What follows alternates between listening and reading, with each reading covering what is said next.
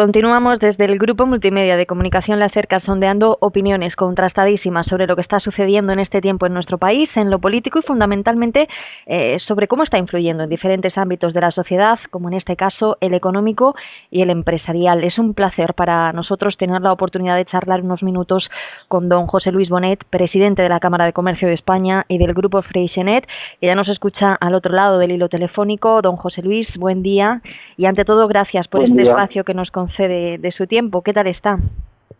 Es un placer, estoy bien, gracias. Don José Luis, han pasado ya más de 2 meses desde las elecciones generales del 20 de diciembre y los españoles seguimos pendientes de si será o no posible configurar un gobierno, pero especialmente ustedes, los empresarios, están más que atentos a todo este proceso. ¿Hasta qué punto la incertidumbre está siendo creciente en torno a todo lo que está sucediendo en este sentido? ¿Y qué pasa con cada día que se marcha del calendario sin que se pueda configurar un gobierno? Hombre, pues no es bueno, porque efectivamente la incertidumbre afecta a la dinámica de la economía, porque cuando no ves claro lo que viene, pues tienes más cautela de lo normal, ¿no? Y en consecuencia esto afecta pues a la inversión, al consumo.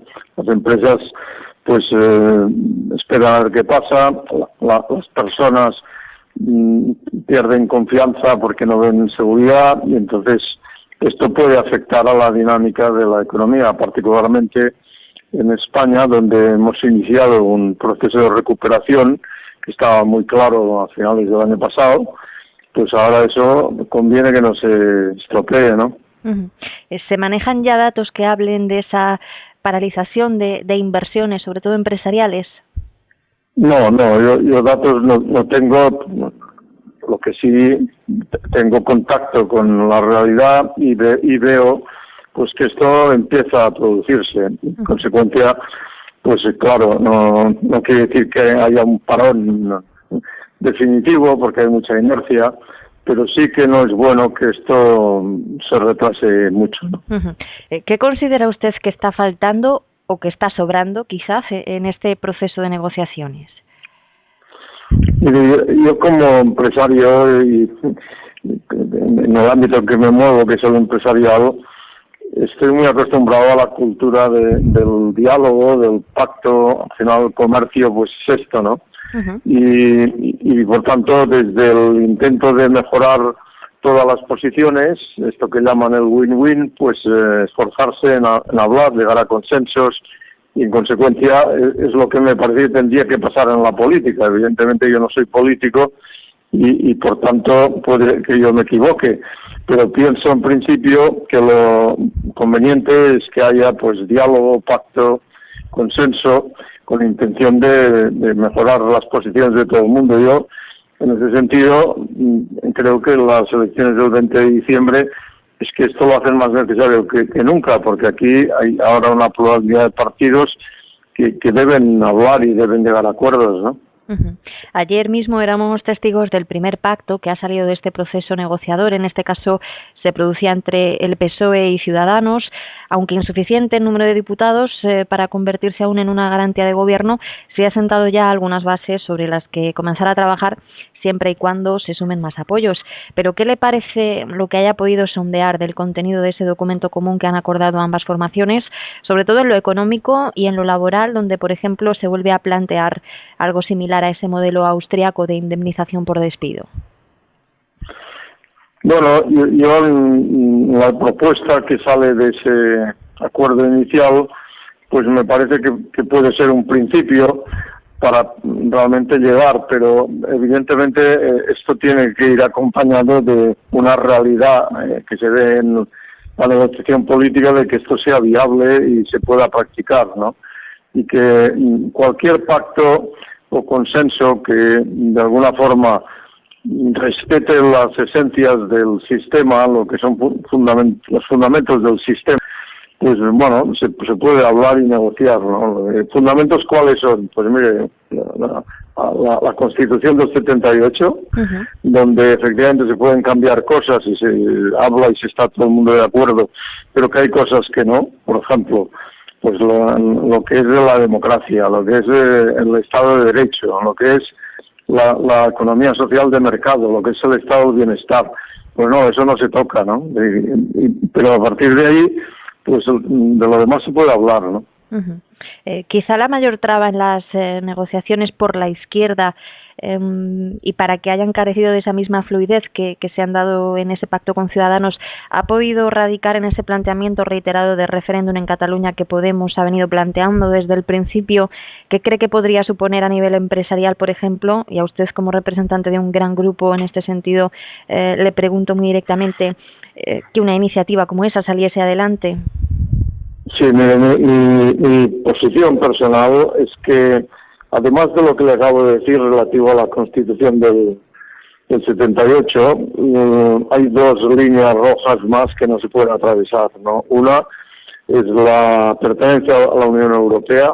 Esto es un tema que yo tengo muy claro, porque dudo que hubiéramos superado la crisis sin estar en la Unión Europea. Y segundo, la unidad territorial de España, ¿no? En ese sentido, pues esto debe defenderse, ¿no?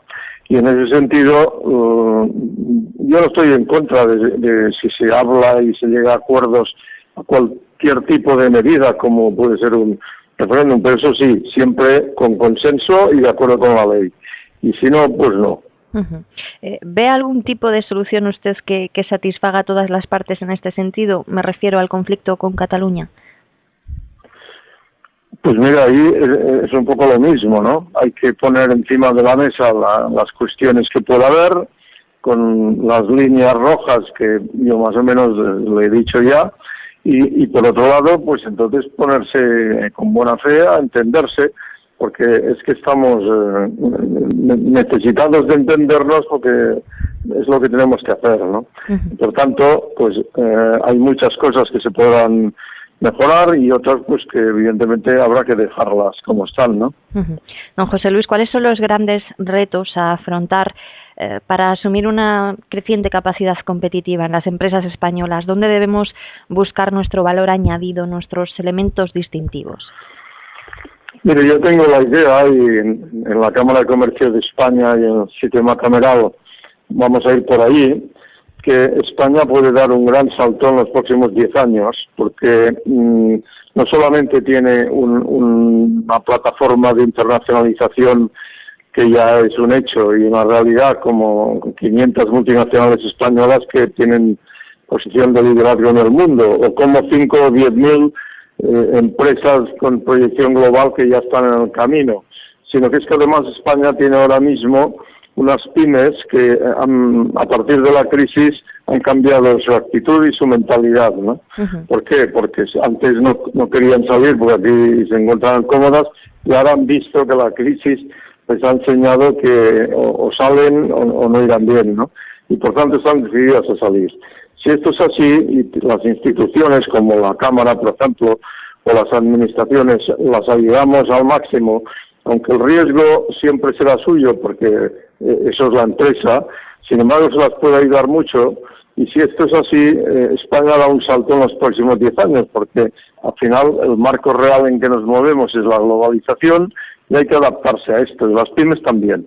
Como la mayor parte del tejido productivo español son pymes, pues si estas consiguen esa salida al exterior, España sin duda da un salto, y esto en beneficio de toda la sociedad española, ¿no?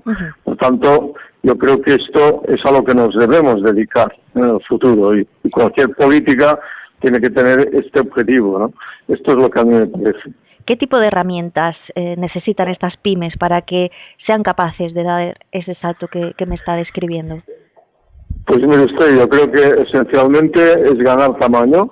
Parte de esta ganancia de tamaño la tendrán cuando salgan, porque amplían su mercado, pero evidentemente mejorar su competitividad. Esto pues fundamentalmente pasa por tres mejoras de capital, si quiere usted. Capital humano, pues mire, esto es formación, ¿no? Y que la formación sea adecuada para ese salto de salida al exterior. Segundo, un capital tecnológico, en el sentido de lo que se llama la I+D+I. Y voy concretamente, mire, hoy que tenemos en Barcelona el Congreso de los Móviles, ¿no? Pues la digitalización de la economía y también de las pymes. Esto hay que trabajarlo y a partir de ahí se ganará competitividad. Y por último, capital comercial, es decir, marcas y redes comerciales. Porque claro, tú por ahí, por el mundo, tienes que salir con una identidad y además pues tienes que tener las redes para poder llegar a los mercados, ¿no? Otra cuestión que nos afecta muchísimo y en este sentido es importante, el Tratado de Libre Comercio entre la Unión Europea y Estados Unidos. ¿Hasta qué punto urge o es fundamental para el desarrollo económico de España, pues en un contexto cada vez más globalizado y con más competidores de otros países como el que nos describe? Pues en mi opinión y en la Cámara hemos trabajado esto, pues esto es muy interesante para la economía española y particularmente para las pymes, porque efectivamente todo lo que sea eliminar barreras en un mercado tan importante como puede ser el de Estados Unidos, pues es bueno, ¿no? Y sobre todo, le decía que para las pymes, porque estas tienen más dificultades en el caso de tener que superar barreras, ¿no? Tanto arancelarias como de tipo tecnológico u otras, ¿no? Si se sacan esas barreras, las pymes tienen más facilidades y por tanto más posibilidad de ir para allá, ¿no? En este sentido, yo creo que este es un buen tratado y que hay que acelerarlo. Evidentemente, esto se ha hecho más urgente porque resulta que en los países asiáticos ya tienen su tratado correspondiente al Pacífico y por tanto ahora estamos los europeos en peor posición. En consecuencia, hay que procurar acelerar ese tratado pues para por lo menos nivelar y tener posibilidades, ¿no? ¿Cómo podría afectar a todas estas cuestiones que me está enumerando la situación de parálisis que se está dando en España a nivel político y que se extendiese sobre todo en el tiempo? Por ejemplo, si se llega a nuevas elecciones y comienza de nuevo todo este proceso como el que estamos viviendo ahora, que al parecer por el momento y por cómo están las posturas que estamos viendo, pues no tiene una solución clara.